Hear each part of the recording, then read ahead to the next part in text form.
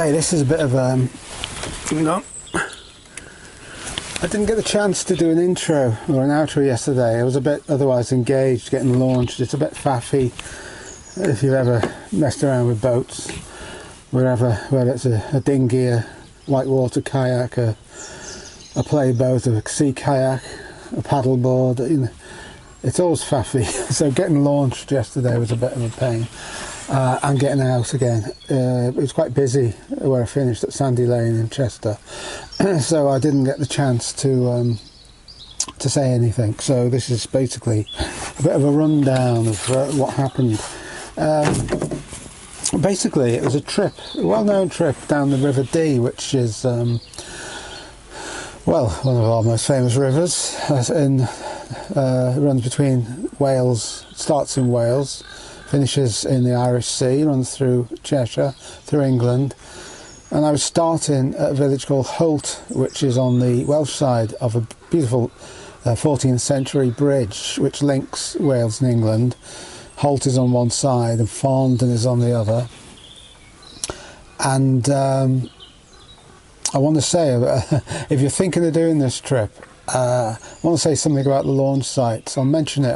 I'll put a pinned note actually up in the comments, but it's often linked if you see YouTube videos or if you Google, hello puss, if you Google the Farndon Chester trip, you get the impression that it starts in Farndon. Well, you might start in Farndon, but certainly the drop-in points at Farndon are pretty dire. Steep-sided, there are one or two little rough jetties, but quite a bit above the water. And if you've ever tried to get in a sea kayak, stand in a sea kayak or get in from a height, it's a bloody nightmare. So go away, cat. Don't work with kids and animals.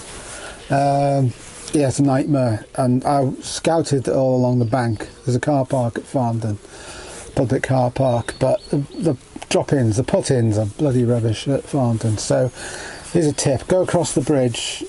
Immediately the other side of the bridge, on the Holt side, there's a little car park on your left. Park up there, carry your boat across the road, over a gate, public footpath, carry or drop it or drag it across a field, and there's a nice little sandy bay just the other side of the bridge.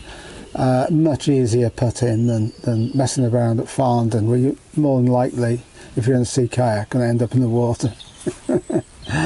So that's one point. The trip itself is 11 miles, which doesn't sound a lot, but it took me 4.5 hours, and that's half an hour messing around on a muddy sandy beach to have a brew. So you take half an hour. It still took me 4 hours, and that's in a sea kayak, which are quite fast. I mean, they're faster than most. Get down! You put your claws in. Yeah, they're much faster than a lot of boats, sea kayak. But even in a sea kayak, it was 4 hours. And 4 hours of paddling, well, it'll certainly get your biceps, your arms and your wrists exercise. And if you're not used to it, you might find it a bit painful. I used to do a lot of sea kayaking. I've kayaked in Scotland, Cornwall, England and Wales. I've been out mostly in rough seas. I've explored all the Cornish creeks, but I haven't for years. And this Prijon boat that I took out yesterday, I bought it years ago actually, just as I was dropping off my interest in sea kayaking. Not so much interest, but opportunity. So I bought this boat, and it's been hanging up in an outbuilding here. So I feel really embarrassed to say that it was the first time on the water yesterday. And the boat is a Prijon Touryak, which is a German boat, plastic hulled, rotor-moulded, with a rudder. The serious sea kayakers are a bit sniffy about them. I think might do a video about what I've learned about sea kayaks and sea kayaking, because I've done enough to be able to offer a bit of advice. Yeah, so the Prijon was great. But as I say, if you don't do kayaking, 11 miles might not sound much, but it can be quite tiring.